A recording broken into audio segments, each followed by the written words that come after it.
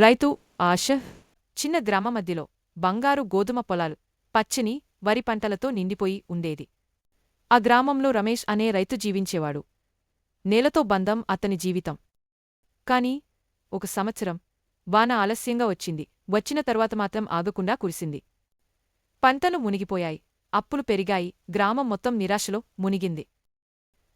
అయినా రమేష్ వెనక్కి తగ్గలేదు. నీరు తగ్గగానే మళ్లీ గింజలు నాటాడు. జొన్న పప్పులు వేశాడు. సునీత తోడుగా నిలిచి పిల్లలకు ధైర్యం నింపింది. నెలలు గడిచాక పంటలు పండాయి. ఎక్కువగా కాకపోయినా జీవించడానికి సరిపోయాయి. అతని పట్టుదల చూసి గ్రామం మొత్తం స్ఫూర్తి పొందింది. ఆ రాత్రి వేప చెట్టు కింద వెలిగిన దీపాల మధ్య రమేష్ తన పిల్లలను ఆడుకుంటూ చూస్తూ చిరునవ్వు చిందించాడు. ఎందుకంటే అతనికి తెలుసు, నేల ఉన్నంతవరకు, ఆశ ఉన్నంతవరకు రైతు ఎప్పటికీ నిలబడతాడు.